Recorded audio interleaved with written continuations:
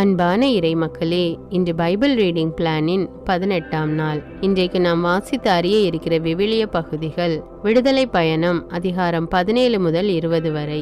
அதிகாரம் 17இல் மக்கள் மிகுந்த தாகத்தோடு இருந்ததால் மோசேயிடம் முறையிடுகின்றனர். மோசே ஆண்டவரிடம் மன்றாடினார். ஆண்டவர் மோசேயை ஒரேபில் உள்ள ஒரு பாறையை அவருடைய கோலால் அடிக்க சொன்னார். அந்த பாறையிலிருந்து நீர் வந்தது.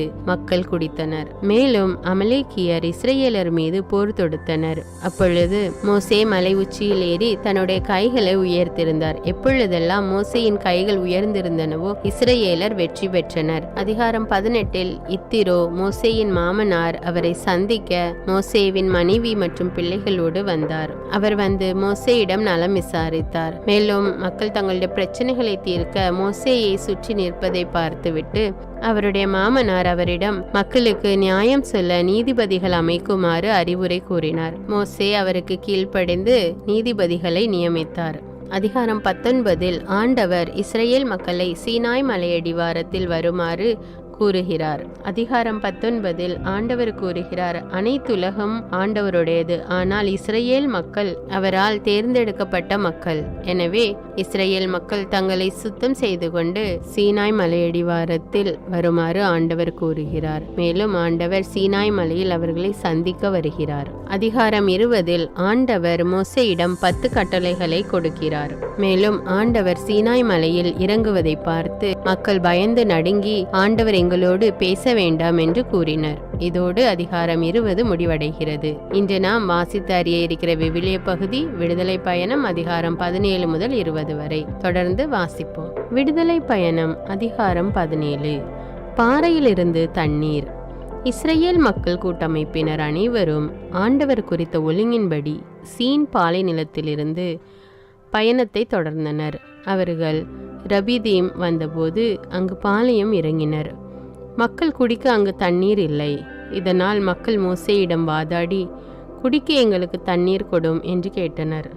மோசே அவர்களை நோக்கி, நீங்கள் என்னோடு வாதாடுவது ஏன்? ஆண்டவரை ஏன் சோதிக்கிறீர்கள் என்றார். அங்கு தண்ணீரின்றி தவித்ததால் மக்கள் மோசேயை எதிர்த்து முறுமுறுத்து, நீர் எகிப்திலிருந்து எங்களை வெளியேற செய்தது எங்களையும் எங்கள் பிள்ளைகளையும் கால்நடைகளையும் தாகத்தால் சாகடிக்கவா என்று கேட்டனர். மோசே ஆண்டவரிடம், இந்த மக்களோடு நான் என்ன செய்வேன்? இன்னும் கொஞ்சம் போனால் என் மேல் கல் எறிவார்களே என்று கதறினார். ஆண்டவர் மோசேயிடம், இஸ்ரேல் தலைவர்கள் சிலரை உன்னோடு அழைத்து கொண்டு மக்கள் முன் செல். நைல் நதியை அடித்த உன் கோலையும் கையில் எடுத்து கொண்டு போ.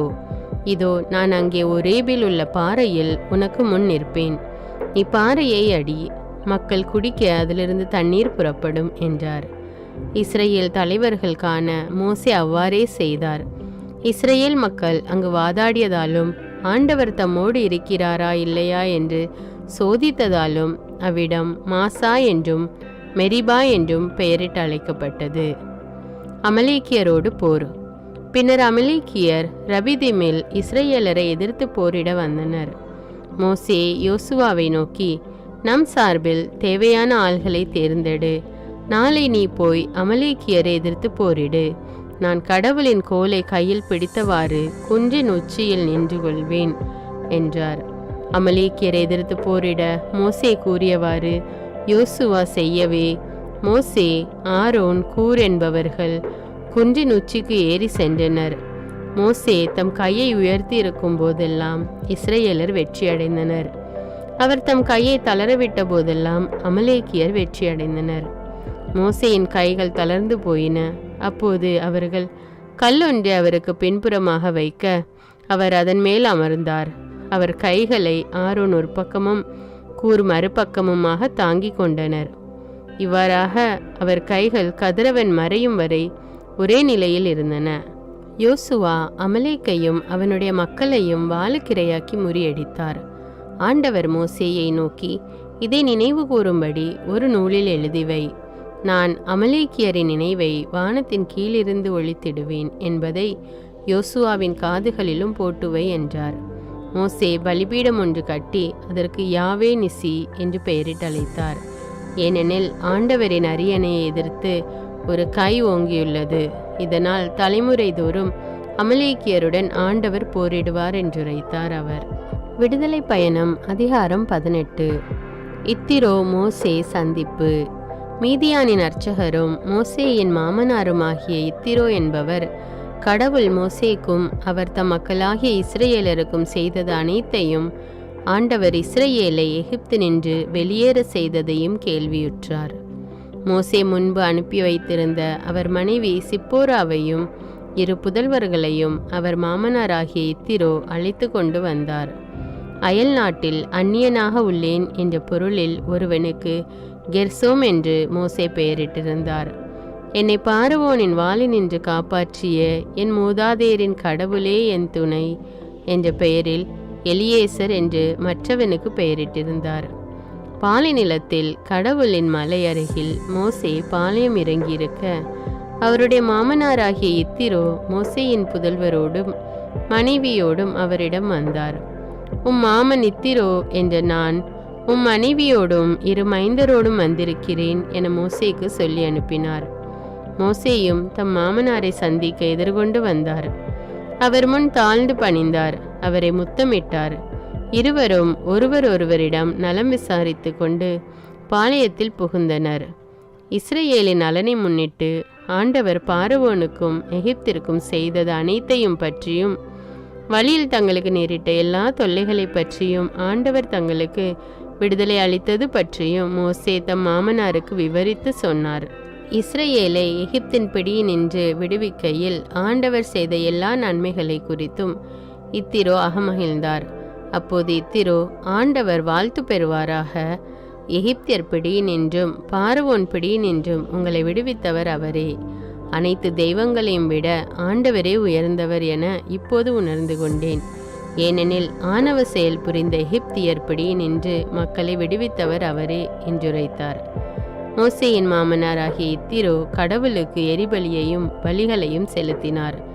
ஆரோனும் இஸ்ரேலின் எல்லா தலைவர்களும் மோசேயின் மாமனாருடன் கடவுள் திருமுன் உணவருந்து சென்றனர். நீதிபதிகள் நியமனம். மறுநாள் மோசே மக்களுக்கு நீதி வழங்க அமர்ந்தார். காலை முதல் மாலை வரை மக்கள் மோசேயை சுற்றி நின்று கொண்டிருந்தனர். மோசே மக்களுக்கு செய்து கொண்டிருந்ததையெல்லாம் அவர் மாமனார் கவனித்தார். நீர் மக்களுக்கு செய்து கொண்டிருப்பது என்ன? நீர் மட்டும் அமர்ந்திருப்பதும் மக்கள் எல்லாம் காலை முதல் மாலை வரை உம்மை சுற்றி நின்று கொண்டிருப்பதும் எதற்கு என்று அவர் கேட்டார். மோசே தம் மாமனாரை நோக்கி, கடவுளின் தீர்ப்பை நாடி மக்கள் என்னிடமே வருகின்றனர். அவர்களுக்கிடையில் சச்சரவு ஏற்படும் போது என்னிடம் வர ஒருவனுக்கும் இன்னொருவனுக்கும் நடுநின்று நானும் நீதி வழங்குகிறேன். கடவுளுடைய நியமங்களையும் அவர் சட்டங்களையும் தெளிவுபடுத்துகிறேன் என்றார். மோசேயின் மாமனார் அவரை நோக்கி, நீர் செயல்படும் முறை சரியல்ல. நீரும் உம்மோடுள்ள இந்த மக்களும் களைத்து போவீர்கள். இதை உம்மால் தாங்க முடியாது. தனி ஆளாக இப்பணியை உம்மால் செய்யவியலாது. இப்போது நான் சொல்வதை கேளும். உமக்கோர் அறிவுரை கூறுகிறேன். கடவுள் உம்மோடு இருப்பாராக. கடவுளின் திருமுன் நீர் மக்களின் பதிலாளாக இருந்து அவர்கள் விவகாரங்களை கடவுளிடம் எடுத்து செல்வீர்.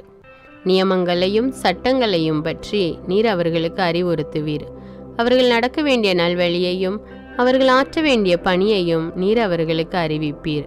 மேலும் மக்கள் அனைவரிலும் திறமையும் இரையச்சமும் நாணயம் கொண்டு கையூட்டை வெறுக்கும் பண்பாளரை கண்டுபிடியும். அவர்களை 1000 அவர், 100 50 10 ஆகிய குழுக்களின் தலைவர்களாக நியமிப்பீர். அவர்கள் எப்பொழுதும் மக்களுக்கு நீதி வழங்கட்டும். முக்கிய விவகாரங்கள் அனைத்தையும் உம்மிடம் கொண்டு வரட்டும். சிறிய காரியங்களில் அவர்களே நீதி வழங்கட்டும். ஆக உமக்கும் சுமை குறையும். அவர்களும் உம்மோடு பொறுப்பேற்பர். கடவுள் கட்டளையிடும் இக்காரியத்தை நீர் செய்தால் உம்மால் பழுவை தாங்க இயலும். இம்மக்கள் அனைவரும் தம் தம் இடத்திற்கு மன அமைதியுடன் செல்வர் என்றார். மோசே தம் மாமனாரின் சொல்லை கேட்டு அவர் சொன்னபடியெல்லாம் செய்தார். மோசே இஸ்ரேல் அனைவரிலும் திறமை வாய்ந்தவர்களை தேர்ந்தெடுத்து மக்களில் 1000 அவர், 100 50 10 ஆகிய குழுக்களின் தலைவர்களாக அவர்களை நியமித்தார். அவர்களும் மக்களுக்கு எப்பொழுதும் நீதி வழங்கி வந்தனர். கடினமான சிக்கல்களை மோசேயிடம் கொண்டு சென்றனர். சிறிய காரியங்களில் அவர்களே நீதி வழங்கினர். மோசே தம் மாமனாரை வழி அனுப்பி வைக்க அவரும் தம் நாட்டிற்கு திரும்பி சென்றார். விடுதலை பயணம் அதிகாரம் 19. சீனாய் மலையருகில் இஸ்ரவேலர். எகிப்து நாட்டினின்று புறப்பட்டு வந்த 3ஆம் மாதம் முதல் நாளில் இஸ்ரவேல் மக்கள் சீனாய் பாலைநிலத்தை சென்றடைந்தனர்.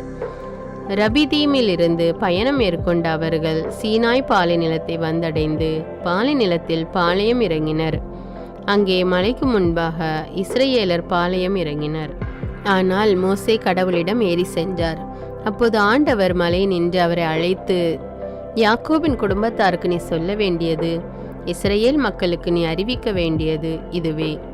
நான் எகிப்திற்கு செய்ததையும் கழுகுகளின் இறக்கைகளின் மேல் உங்களை ஏந்தி என்னிடம் வந்து சேர செய்ததையும் நீங்களே கண்டீர்கள்.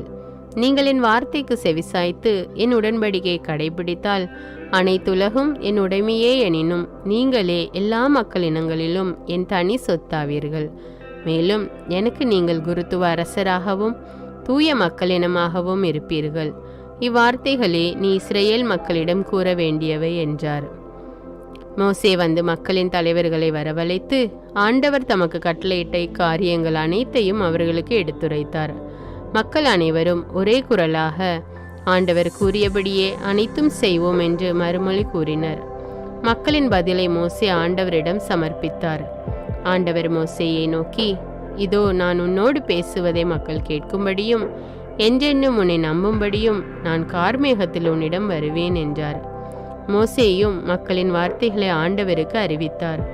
ஆண்டவர் மோசேயை நோக்கி, நீ மக்களிடம் போய் அவர்களை இன்றும் நாளையும் தூய்மைப்படுத்து, அவர்கள் தம் துணிகளை துவைத்து கொள்ளட்டும். இவ்வாறு 3ஆம் நாளுக்காக தயாராகட்டும். ஏனெனில் 3ஆம் நாள் மக்கள் அனைவருக்கும் முன்பாக ஆண்டவர் சீனாய் மலை மேல் இறங்கி வருவார்.